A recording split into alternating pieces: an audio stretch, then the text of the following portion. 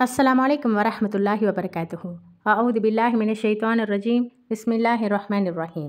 रब्बिश रह लि सदरी वयस्सिर लि अम्री वஹுலுல் உக்ததம் மின் லிசானி யஃப்கஹு கௌலி. அளவற்ற அருளாளனும் நிகரற்ற அன்புடையனுமாகிய அல்லாஹ்வின் திருப்பெயரை கொண்டு ஆரம்பம் செய்கின்றோம். அல்லாஹ்வின் படைப்புகளில் எந்தெந்த கிழமைகளில் எதெல்லாம் படைக்கப்பட்டுச்சு அப்படிங்கிற விஷயங்களை எல்லாம் நம்முடைய முந்தைய பாகங்களில் தெரிஞ்சுக்கிட்டோம். நம்மளோட 7வது பாகமாக அல்லாஹ் தாலா இந்த பூமியை சனிக்கிழமையில் படைத்ததா சொல்கிறான். வானம் மற்றும் பூமி சனிக்கிழமைகளில் படைக்கப்பட்டதா சொல்லப்படுது.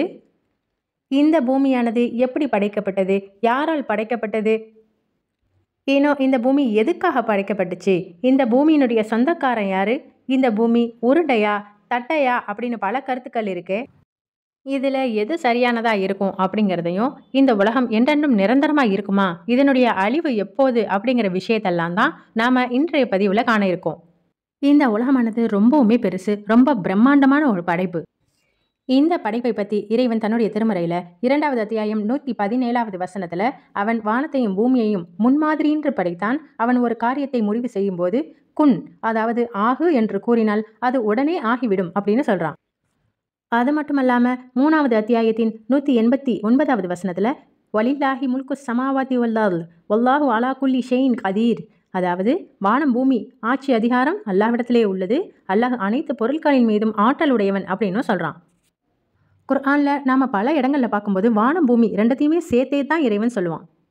அதுக்கு காரணம் என்ன அப்படிங்கிறத பற்றியும் இறைவன் 21வது அத்தியாயத்தின் 30வது வசனத்தில் சொல்லும்போது வானங்களும் பூமியும் இணைந்தே இருந்துச்சு, அவ்விரண்டையும் நாமே பிரித்தோம், இன்னும் உயிருள்ள ஒவ்வொரு பொருளையும் தண்ணீரிலிருந்து நாம் படைத்தோம், மாறுபட்ட கருத்துடையவர்கள் இதனை சிந்திக்க வேண்டாமா அப்படின்னு அல்லாஹ் கேட்குறான்.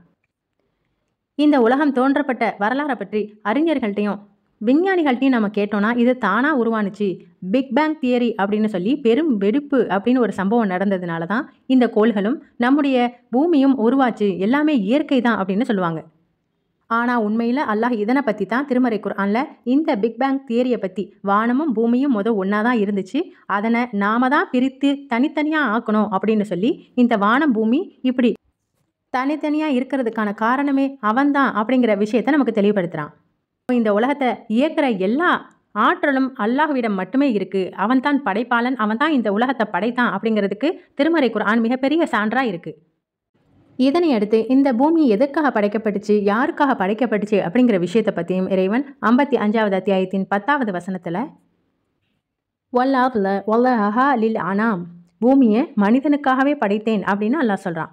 இதில் மிகப்பெரிய உண்மை புதஞ்சிருக்கு. அதாவது இந்த உலகத்தில் எத்தனையோ கோள்கள் இருந்தாலும் மனிதர்கள் வாழ தகுதியான ஒரே ஒரு இடம் அப்படின்னா அது இந்த பூமி தான். இன்னைக்கு மனிதன் பல ஆராய்ச்சி செஞ்சு மித்த பிற கோள்களில் வாழ முடியுமா அப்படின்னு பார்க்கும்போது சாத்தியக்கூறுகள் ரொம்பவும் கம்மியாக இருக்குது. ஆனாலும் மனிதர்களுக்கு ஏற்ற ஒரு இடம் அப்படின்னா அது நிச்சயம் பூமி மட்டும்தான், அங்கே தான் ஆக்சிஜன் கிடைக்கும் அப்படிங்கிற மிகப்பெரிய விஞ்ஞான உண்மையை இறைவன் இந்த வசனத்தில் சொல்லி காட்டுறான். இப்படி ஏற்கனவே படைக்கப்பட்ட மனிதர்களுக்காகவே தயார் செய்யப்பட்ட இந்த உலகத்தில் தான் ஆதம் அலைஹிஸ்ஸலாம் அவங்களும் அவங்களுடைய மனைவியான ஹவ்வா அலைஹிஸ்ஸலாம் அவங்களும் சுவனத்தில் இருக்கும்போது ஷைத்தானின் சூழ்ச்சியின் காரணமாக அங்கிருந்து அவங்க அந்த கனியை சாப்பிட்டதின் காரணமாக பூமிக்கு இறக்கப்படுறாங்க. இதனால் சபிக்கப்பட்ட ஷைத்தானும் இனி இந்த சுவனத்தில் உனக்கு இடம் இல்லை, உன்னுடைய கர்வத்தின் காரணமாக நீ செய்த செயலின் காரணமாக நீ இங்கிருந்து வெளியேறு அப்படின்னு அவனுக்கு பனிஷ்மெண்ட் கொடுத்த போது அவன் அல்லாஹ்விடத்தில் சிறிது காலம் எனக்கு அவகாசம் கொடுன்னு கேட்பான்.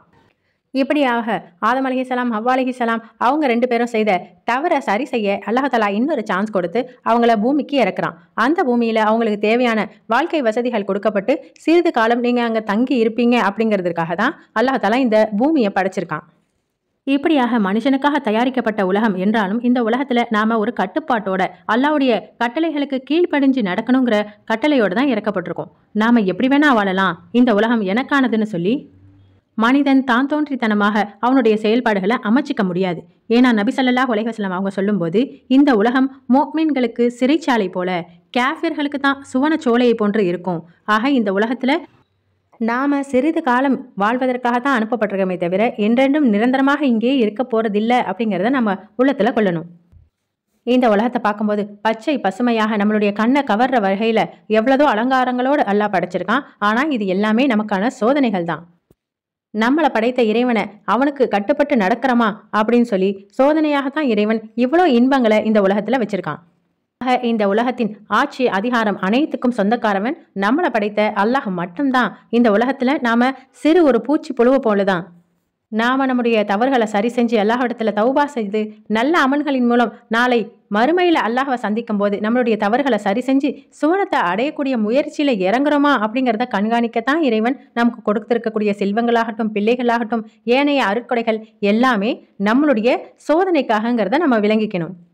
இன்னும் 31வது அத்தியாயத்தின் 18வது வசனத்துல லுக்மான் அலைஹிஸ்ஸலாம் அவங்களுடைய மகனுக்கு சொல்லக்கூடிய ஒரு அட்வைஸை பத்தியும் இறைவன் சொல்றான். இந்த பூமியில நீ கர்வமாக நடக்காதே, இதன் காரணமா நீ வானத்தளவுக்கு உயரவும் முடியாது, பூமி அளவுக்கு ஆழத்துக்கு போகவும் முடியாது அப்படிங்கிற விஷயத்த உபதேசமா செய்யறாங்க.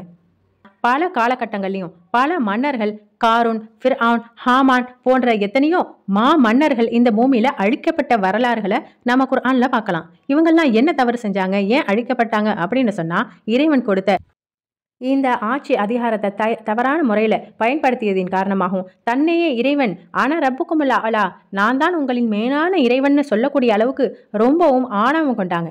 இந்த செயலின் காரணமாக அவங்க எல்லாம் அழிக்கவும் பட்டாங்க. அப்போ இறைவனுக்கு சொந்தமான இந்த உலகத்தை வேற யாராலும் சொந்தம் கொண்டாட முடியாது.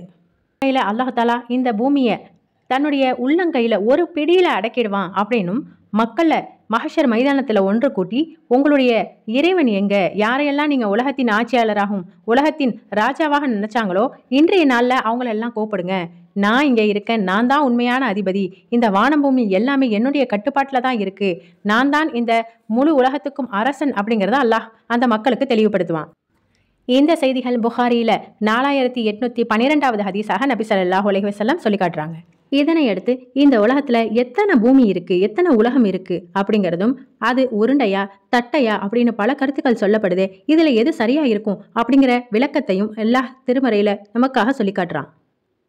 65வது அத்தியாயத்தின் 12வது வசனத்துல அல்லாஹ் ஒவ்வொரு பொருளின் மீதும் ஆற்றல் உடையவன் என்பதை, ஒவ்வொரு பொருளையும் அறிவால் அல்லாஹ் சூழ்ந்து இருக்கிறான் என்பதையும் நீங்கள் அறிந்து கொள்வதற்காக அல்லாஹ்வே 7 வானங்களையும் பூமியில் அது போன்றவற்றையும் படைத்தான், அவற்றுக்கிடையே கட்டளைகளை இறக்குகின்றான் அப்படின்னு சொல்றான். அப்போ 7 வானம் இருக்கு, அதே போல 7 பூமி இருக்குன்னு சொல்றான்.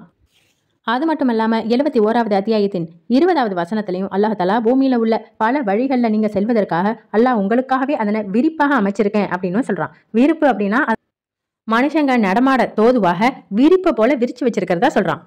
அது சுருண்டு விழாம இழுக்கிறதுக்காக தான் அல்லாஹ் மலைகளை முளைகளாக நிப்பாட்டி வச்சதாகவும் குர்ஆன்ல சொல்லி காட்டுறான். இன்னும் நபி ஸல்லல்லாஹு அலைஹி வஸல்லம் அவங்க சொல்லும்போது புகாரியில 6520வது ஹதீஸ்ல சுவனவாசிகளுக்கு உணவாக அல்லாஹ் இந்த உலகத்தை ரொட்டியை போல தட்டையாக்கி அதனை சுவனவாசிகளுக்கு உணவாக கொடுப்பேன்னு சொல்லி காட்டுறான். இதிலிருந்து பூமி தட்டையாக இருக்குமோ அப்படிங்கிற சந்தேகம் நமக்குள்ள வரலாம். அல்லாஹ் தன்னுடைய திருமறையில ஒட்டகம், வானம், பூமி இவையெல்லாம் எவ்வாறு படைக்கப்பட்டிருக்கு, எவ்வாறு பூமிகள் விரிக்கப்பட்டிருக்குன்னு நீங்க சிந்திக்க வேண்டாமா அப்படிங்கிற கேள்வியை நம்மளை பார்த்து கேட்கிறான். இந்த பூமி அர்ல் அப்படின்னு சொல்லப்படக்கூடிய, இந்த எர்த்னு சொல்லப்படக்கூடிய இந்த பூமிக்கு 2 வகையான அர்த்தங்கள் இருக்கு. இந்த எர்த் அப்படிங்கிற பிளானட்டை பார்க்கும்போது அது ஹோல் பிளானட்டுமே சேர்ந்து உருண்டையானதாக இருக்கும். பூமி அப்படின்னாலே அது உருண்டைன்னு சொல்லப்படும். அதிலும் அல்லாஹ் தஆலா இதனை தட்டையாக்கியிருக்கும் அப்படின்னு சொல்றதுல இருந்து இந்த பூமியினுடைய லேண்ட் கிரவுண்ட் சர்ஃபேஸ் எப்பவுமே தட்டையானதாக, மனிதர்கள் நடமாட தோதுவாக விரிப்பை போல விரிச்சு வச்சிருக்கான் அப்படிங்கிற அர்த்தத்தையும் உள்ளடக்கியிருக்கு. இன்னும் டீட்டெயிலா அல்லாஹ் தஆலா இந்த உலகத்தை பத்தி சொல்லும்போது 39வது அத்தியாயத்தின் 5வது வசனத்துல யுகவ்விருல் லைல அலன் நஹார் வ யுகவ்விருன் நஹார அலல் லைல், அதாவது தக்க காரணத்தோட தான் நான் வானம் பூமியை படைச்சேன், அந்த இரவானது பகல் மேல போர்வையை போல போர்த்துது, மேலும் பகல் இரவை போர்வை போல போத்திக்குதுன்னு சொல்றான். இதன் காரணமாக உலகம் உருண்டையானது அப்படிங்கிறத நம்ம புரிஞ்சுக்கலாம். உருண்டையா இருக்கிறதுனாலதான் இரவு பகல் மாறி மாறி சமநிலையில நமக்கு வருது. ஆக இந்த உலகம் உருண்டையா தட்டையா அப்படிங்கிற எந்த ஒரு கன்ஃபியூஷனும் நமக்கு தேவையில்லை. முழுமையாக இந்த பிளானட்டை பார்க்கும்போது இந்த உலகம் அப்படிங்கிறது உருண்ட வடிவிலும் அதன் நடுப்பகுதியில் இருக்கக்கூடிய அந்த லேண்ட் சர்ஃபேஸ் அப்படிங்கிறது தட்டையாக விரிக்கப்பட்ட நிலைமையில இருக்கு அப்படிங்கிறதையும் நாம புரிஞ்சுக்கலாம். இன்னும் 7 வானங்கள் எவ்வாறு அடுக்கடுக்கா இருக்கோ அதே மாதிரி 7 பூமிகள் இருக்கு. அந்த பூமியின் தட்டுக்கள் அடியில அப்படியே பல லேயர்களாக இருக்கு அப்படிங்கிறதையும் நாம புரிஞ்சுக்கிற விதத்துல நபி அவங்க சொல்லக்கூடிய செய்தி புகாரியில 2452வது ஹதீஸ்ல யார் ஒருத்தர் பிறருடைய நிலத்தை அபாண்டமாக அபகரிச்சு எடுத்துக்கிறாங்களோ அப்படிப்பட்டவங்களுக்கு தண்டனையாக நாளை மறுமையில 7 பூமியும் அவங்களுடைய கழுத்துல மாலையா சுமத்தப்படும். அந்த மாலையை போட்டுக்கிட்டு அவங்களால எந்திரிக்கவோ நடக்கவே முடியாத அளவுக்கு அந்த பூமியின் மீது மண்ணின் மீது இருந்த ஆசையின் காரணமாக இப்படி ஒரு தண்டனை அவங்களுக்கு கொடுக்கப்படும் அப்படின்னு நபி அவங்க சொல்றாங்க. இந்த ஹதீஸில் இருந்தும் நாம 7 பூமிகள் அடுக்கு அடுக்காக வானத்தை போலவே பூமியும் பல அடுக்குகள் கொண்டதாகவும் இருக்குங்கிறத விளங்கிக்க முடியுது. இவ்வளோ பிரம்மாண்டமாக படைக்கப்பட்ட பூமிக்கு அழிவு நாள் ஒரு முடிவுங்கிறதே கிடையாதா, என்றென்னும் நிரந்தரமா இருக்குமா அப்படின்னு சொன்னா எந்த ஒரு ஆரம்பத்துக்கும் ஒரு முடிவுன்னு கண்டிப்பா இருக்கும். அதே போல இந்த உலகத்துக்கும் ஒரு முடிவு, ஒரு எக்ஸ்பைரி நிச்சயமா இருக்கு. 89வது அத்தியாயத்தின் 21வது வசனத்துல இதா துக்கத்தில் அருளு தக்கன் தக்கா, இந்த பூமி தூள் தூளாக தகர்க்கப்படும் அப்படின்னு சொல்றான். 99வது சூறாவுல சூரா ஜில்சால் நில அதிர்ச்சி அப்படிங்கிற அந்த சூறால அல்லாஹ் ஒரே அடியாக குலுக்கப்பட்டு தனது சுமைகளை வெளிப்படுத்தும். இதுக்கு என்ன நேர்ந்தது அப்படின்னு மனுஷன் செய்வதறியாம புரியாம நிப்பான். அந்த நாள்ல இறைவன் இவ்வாறு அறிவிக்கும்படி அதனுடைய செய்திகளை அந்த பூமியே மக்களுக்கு எடுத்து சொல்லும். அந்த கடைசி நிகழ்வின் போது பூமியில பல நிலநடுக்கங்களும் அதிர்வுகளைகளும் ஏற்பட்டு மனிதருக்கு என்னதான் நடக்குதுன்னே புரியாத அளவுக்கு இந்த உலகத்தின் இறுதி முடிவு அமையும் அப்படிங்கிற விஷயத்த அல்லாஹ் சொல்லி காட்டுறான். பொதுவாக இந்த மண்ணினுடைய தன்மையை பார்த்தோம்னா இதுல எதை போட்டாலும் அரிச்சு ஒண்ணுமே இல்லாம ஆக்கிடும். எத்தனையோ மனிதர்கள் இந்த பூமியில வாழ்ந்தாங்க, ஏற்கனவே வாழ்ந்து மரணிச்சு இனி எத்தனையோ மக்கள் வரவும் இருக்காங்க. எல்லாருமே இந்த மண்ணுக்கு தான் போக போறோம். அது எல்லாரையுமே அரிச்சு ஒண்ணும் இல்லாம எலும்பை மட்டுமே மிச்சம் வைக்கக்கூடிய அளவுக்கு எல்லாத்தையும் சாப்பிடக்கூடிய ஆற்றல் படைத்ததா இருக்கு. இதை பத்தி தான் அல்லாஹ் தாலா அலம் நஜ அலில் அர்ல கிஃபாத்தா ஆஹியாவோ அம்வாதா அப்படின்னு கேட்குறான். உயிரினன் உள்ளோரையும் இறந்தோரையும் அனைத்தையும் ஏற்றுக்கொள்ளக்கூடிய பூமியை நான் ஆக்கவில்லையா அப்படின்னு சொல்றான். அப்போ உயிருள்ள மனிதர்களையும் இந்த பூமி சுமக்குது, இறந்து போன மனிதர்களையும் இந்த பூமி தான் சுமக்குது அப்படிங்கிறத சொல்லி இந்த பூமியினுடைய எக்ஸ்பைரி டேட் நெருங்கும் போது அத்தனை பூமியில புதைக்கப்பட்ட அத்தனை விஷயத்தையும் அது வெளியேற்றும். அப்படி வெளியேற்றும் போது மனித உடல்கள் எலும்புக்கூடுகள் அத்தனையும் பூமியை விட்டு வெளியே தள்ளப்படும். அப்போ மனுஷன் கேட்பான் இந்த பூமியை பார்த்து, இதுக்கு என்ன ஆச்சு, ஏன் இப்படியெல்லாம் நடக்குதுன்னு சொல்லி ஆச்சரியத்தோடு பார்ப்பான். அன்றுதான் உலகத்தின் இறுதி நாளாக இருக்கும் அப்படிங்கிறத நமக்கு தெளிவுபடுத்துகிறான். பொதுவாக இந்த பூமி எதை போட்டாலும் அரிக்கக்கூடியதா இருந்தாலும் அல்லாஹ்வுடைய கட்டளைக்கு கட்டுப்பட்டு ஒரு சின்ன விதை, ஒரு செடியினுடைய சிறிய விதையை அரிக்காம அதன் மூலம் மிக பிரம்மாண்டமான ஒரு மரத்தையே அல்லாஹ் வெளிக்கொண்டு வரான். இதிலிருந்து இந்த பூமி அல்லாஹ்வுடைய கட்டளைக்கு கீழ்ப்படிந்து நடக்குது அப்படிங்கிறத நம்ம தெரிஞ்சுக்க முடியும்.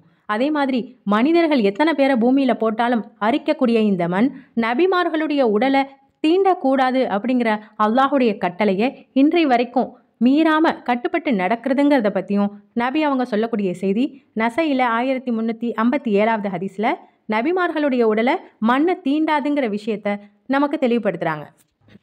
இப்படியாக அல்லாஹ் படைத்த இந்த பூமியினுடைய முழு கட்டுப்பாடும் அவங்கிட்ட இருக்க இந்த உலகத்தில் அற்பமான கொஞ்ச காலம் வாழக்கூடிய நாம நம்மள பெரியவங்க யாரு, உயர்ந்தவங்க யாரு அப்படின்னு சொல்லி போட்டி பொறாமை, ஆட்சி அதிகாரம், காசு பணம்னு சொல்லி பாகுபாடு கொண்டு நாம நமக்கே தீங்கு இழைத்துக்கிறோம்.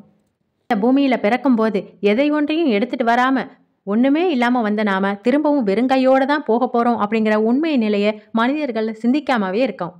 நாம பெருமையா சொல்லுவோம், இங்க இடம் வாங்கி போட்டிருக்கேன், அங்க இடம் வாங்கி போட்டிருக்கேன், எனக்கு இத்தனை ஏக்கர் இருக்கு, இத்தனை வீடுகள், இத்தனை மாளிகைகள் இருக்குன்னு பெருமையா சொல்லிக்கலாம். உண்மையில அவற்றை நாம வாங்கி போடல, இந்த மண்ணு தான் நம்மளை வாங்கி உள்ள போட போகுது அப்படிங்கிற உண்மையை நாம புரிஞ்சிக்க கடமைப்பட்டிருக்கோம்.